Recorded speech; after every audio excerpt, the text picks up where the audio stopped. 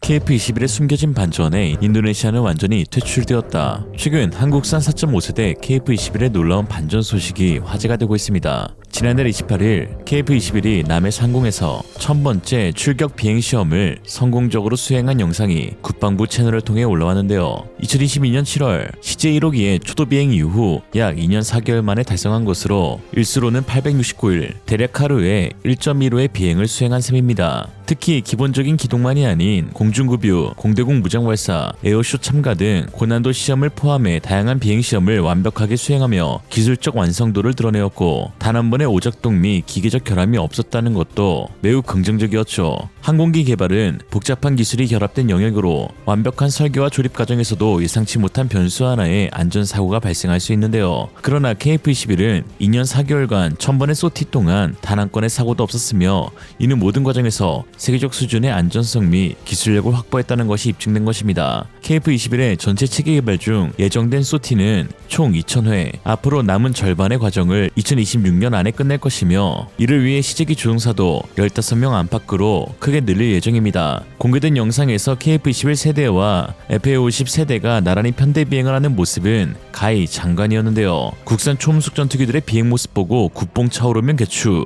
그러나 여기에 한 가지 오게티도 있었습니다. 아직도 인도네시아 국기가 떼지지 않고 있다는 것인데요. 일각에서는 인도네시아가 한국 방산 수출에 물꼬를 터준 고마운 나라라던가 수조 원이 오가는 방산 특성상 신뢰가 핵심이기에 사업을 무산시키기 어렵다는 가짜는 말을 꺼내기도 합니다.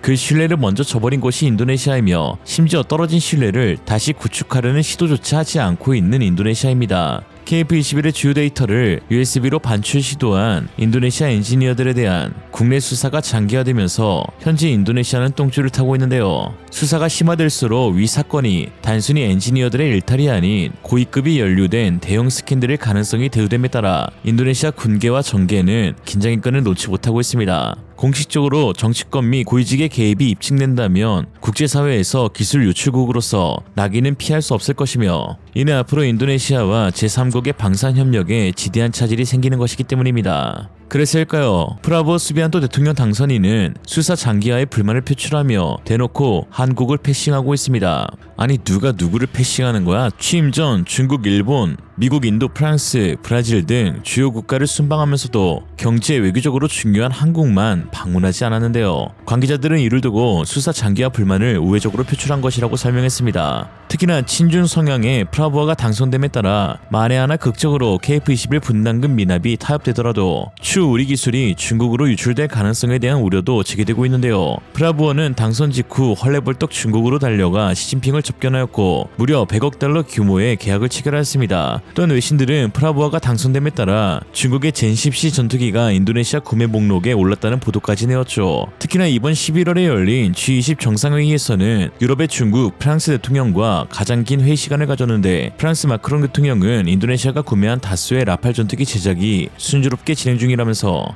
2026년 초에 인도될 것이라고 했습니다. 인도네시아는 KF-21과 같은 급의 전투기인 라팔을 총 42대 3차에 걸쳐 구매 계약을 체결했는데요. 첫 번째 계약은 6대, 두 번째는 18대, 세 번째도 18대로 구성되어 있습니다. 또한 지난 6월엔 보잉은 프라보아가 주문한 F-15EX 24대가 거의 완성되었다면서 이 역시 2026년에 인도가 시작될 것이라고 했죠. 사실상 인도네시아의 KF-21 사업은 돈이 없는 게 아니라 할 생각이 없는 거다. 특히나 최근엔 인도네시아가 대놓고 한국의 뒤통수를 친 사건도 있었는데요. 아주 물먹이는데 선수입니다. 프라보어는 마크롱 대통령과의 만남을 통해 프랑스 나발그룹의 스크로펜 잠수함 2척을 구매하는 협약을 체결했는데요. 이는 대놓고 2019년에 발주한 당시 대우조선해양 1400톤급 잠수함 3척 건조 사업을 일방적으로 취소시켜버린 것과 다름이 없습니다. DSM이 1400 잠수함은 인도네시아 8조선소와 공동 건조 후 2026년 상반기까지 인도네시아 해군 측에 인도될 예정이었으나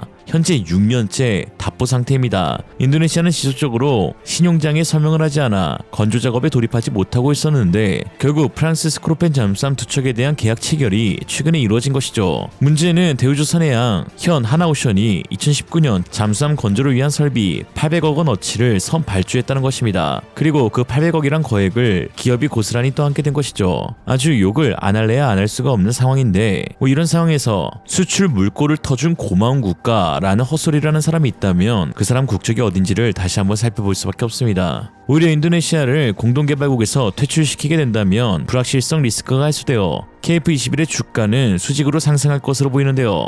인도네시아 언론들은 한국이 인도네시아가 아닌 다른 파트너를 찾기는 어려워 보인다는 저주반 상상반 기사를 작성하곤 하지만 실상은 세계 전투기 시장에서 많은 관심을 받고 있는 KF21입니다. 단순히 관심에서 끝나는 것이 아닌 구체적인 협력들도 제시되고 있는데요. 현 상황 가장 가능성이 높은 국가는 바로 페루입니다. 지난달 한국방위사업청장은 페루 국방장관과의 면담을 통해 지상장비 협력 총괄 협약, 해군 잠수함 공동개발, 한국형 초음속 전투기 KF-21 보람의 부품 공동생산 등 3건의 협력 협약을 체결했습니다. 카이와 페루 국영 항공청 간 맺은 KF-21 부품 공동생산은 현재 진행 중인 페루 공군 차기 전투기 획득 사업 수주에 우호적 분위기를 조성할 수 있으며 또한 페루 역시 KF-21 부품 협력을 통해 중남미 지역의 항공허브로 발돋움하겠다는 의지를 표명했는데요. 이런 상황 가운데 지난 3일 페루 의회는 드디어 공군용 전투기 24대 구매에 대한 예산을 승인했습니다. 특히 승인된 금액을 보면 현재 거론되고 있는 기종 중 KF-21이 가장 유력해 보이는데요.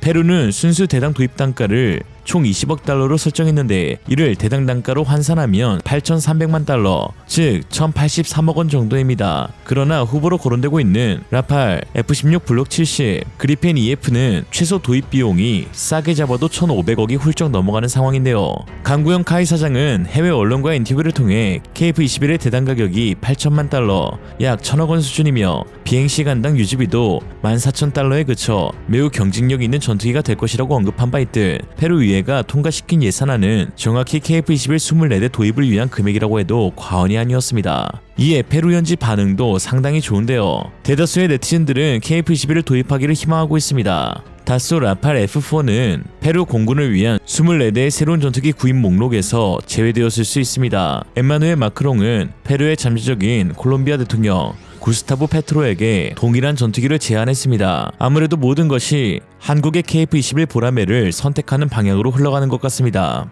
페루는 현재 콜롬비아, 칠레, 아르헨티나보다 더 많은 돈을 가지고 있습니다. KF-21 전투기 24대를 유치해야 하고 한국과의 협정에 따라 K2 블랙팬서 전차와 KSS-3 잠수함을 구매해야 합니다. 라고 하였죠. 페루의 공군 전투기 도입 사업이 빠르게 진행됨에 따라 한국 국방부에서도 이례적으로 입장을 표명하여 화제가 되었는데요. 국방부는 지난달 25일 KF-21을 콕 집어 현재 수출 협상이 진행 중이라고 밝혔습니다. 뭐가 됐든 인도네시아는 아니란 소리죠.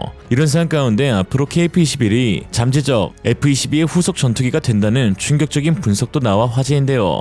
F-22는 세계 최고의 공중 우세기로 불리는 절대 제공권 장악 능력의 전투기인데 KF-21의 엔진 성능 개량으로 인해 추 타의 추종을 불허하는 추력대 중량비와 기동성을 지니게 되어 F-22급의 제공권을 가질 수 있다는 것입니다. 그 비밀은 바로 초음속 순항 능력, 즉 애프터버너를 사용하지 않은 채 초음속에 들어가는 슈퍼크루즈에 있습니다. KF-21이 주변 공군력에 대응함과 동시에 해외 수출 시장에서 경쟁하기 위해서는 초음속 순항 능력의 확보가 필수적입니다. 이로써 연료 효율성을 극대화시키고 피탐 확률을 줄여주며 빠른 기동성을 갖게 해주어 현대 전투기의 경쟁력을 크게 올려주는 슈퍼크루즈인데요. 다만 이를 위해서는 항공기의 심장인 엔진의 극적인 업그레이드가 이루어져야 합니다. 그리고 그 어려운 기술을 아이러니하게도 한국은 인도 덕분에 확보할 가능성이 높아졌죠. 지난 3월 인도는 독자용 5세대 전투기 예산을 승인했습니다. 일명 AMCA, 전체적인 크기나 무게가 KF-21과 거의 유사한데요.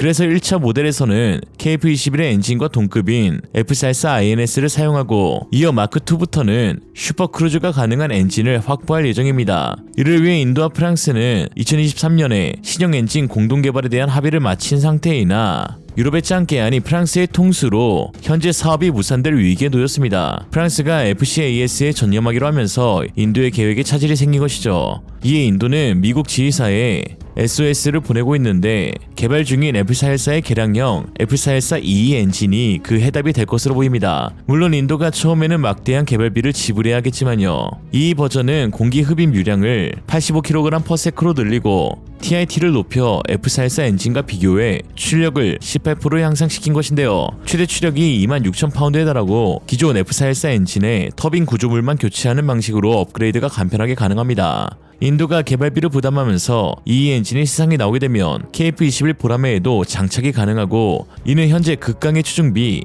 2.56대 1을 더욱 한 차원 높여 타의 추중을 불허하는 기동성을 지닌 전투기로 개량이 가능해진다는 것입니다. 사실상 아시아의 F-22가 된다고 해도 무방한데요. 여기에 스텔스 기능까지 갖추게 될 KF-21은 더 이상 베이비 F-22가 아닌 베이비 몬스터 F-22가 되는 것이죠. 반대하면 중국인, 오늘의 한 줄평, 한국이 인리에게 해야 할 것, 개엄령, 아주 그냥 개엄하게 말해야 한다고. 이생으로 리얼리즘이었습니다. 여러분의 생각은 어떠신가요? 현명하고 지혜로운 여러분의 의견을 지금 댓글에 남겨주세요. 감사합니다.